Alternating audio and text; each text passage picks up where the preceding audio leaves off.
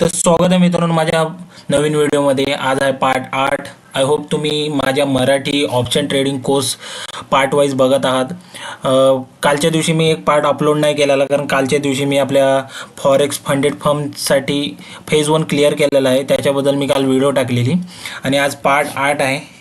अगर गेले पार्ट 7 पर्यंत कोणी बघितलं नसेल तर पार्टी जाऊन ते व्हिडिओ बघा. आणि सगळे व्हिडिओ इन्फॉर्मेटिव्ह आहे. तुम्हाला स्टेप वाईज अगर लर्निंग करायचे आहे तर ते तुमच्यासाठी चांगलं राहील.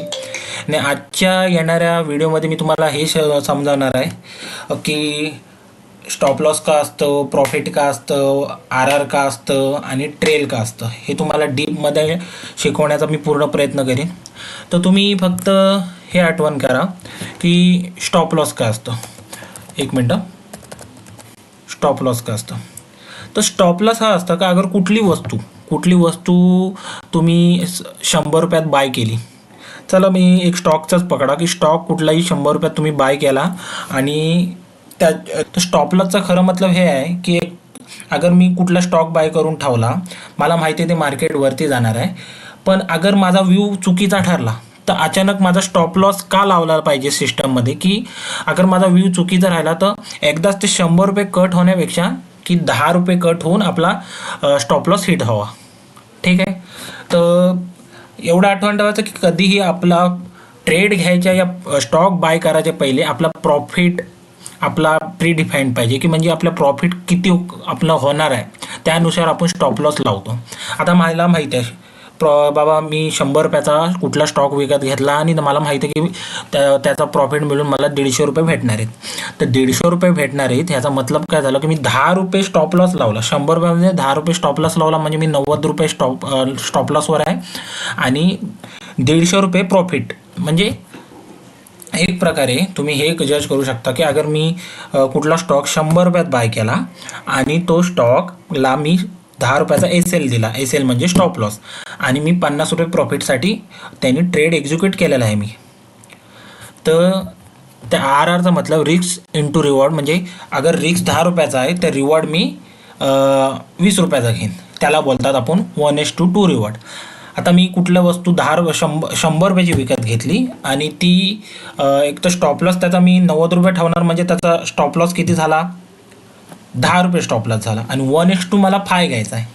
तर 1:5 म्हणजे 10 रुपयाचा मी रिस्क केलं आणि 50 रुपये मी प्रॉफिटसाठी जातो आहे.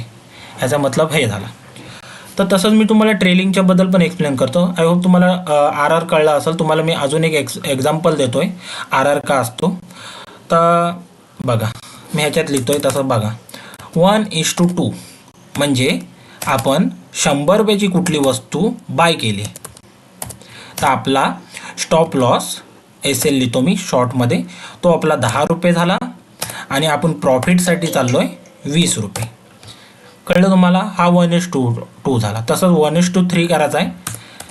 तर आता स्टॉप लॉस आपला 10 रुपये झाला आणि प्रॉफिट आपला 30 रुपये झाला. 1:4 करायचा आहे. तर स्टॉप लॉस आपला आपण आपल्या क्वांटिटीनुसार करू शकतो. 5 रुपयाचा स्टॉप लॉस झाला आणि 20 रुपयाचं प्रॉफिट झालं. ह्याला बोलतात रिस्क इंटू रिवॉर्ड. तर ट्रेलिंग का असतं. ट्रेलिंग हे असतं की आता समजा 100 रुपयाला कुठला आपण स्टॉक बाय केला आणि तो स्टॉकला आपण SL ठेवला आहे 90 रुपयाचा. 90 रुपयाचा SL ठेवला आणि तो स्टॉक अचानक 130 रुपये झाला आहे. तर तुम्ही तुमचा स्टॉप लॉस उचलून डायरेक्ट 110 वर टाकाल.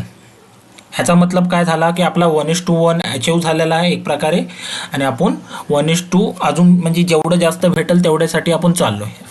आपण लॉसमध्ये तर नाही जाणार कारण आपण 1:1 ऑलरेडी घेऊन झालेलं आहे. तर आय होप तुम्हाला व्हिडिओमध्ये स्टॉप लॉस का असतो, प्रॉफिट काय असतं, ट्रेलिंग का असतं हे कळालं असेल. नेक्स्ट येणाऱ्या व्हिडिओमध्ये मी बेसिक चार्ट कशी रीड करायची तुम्हाला व्हिडिओ एक्सप्लेन करतो. थँक्यू.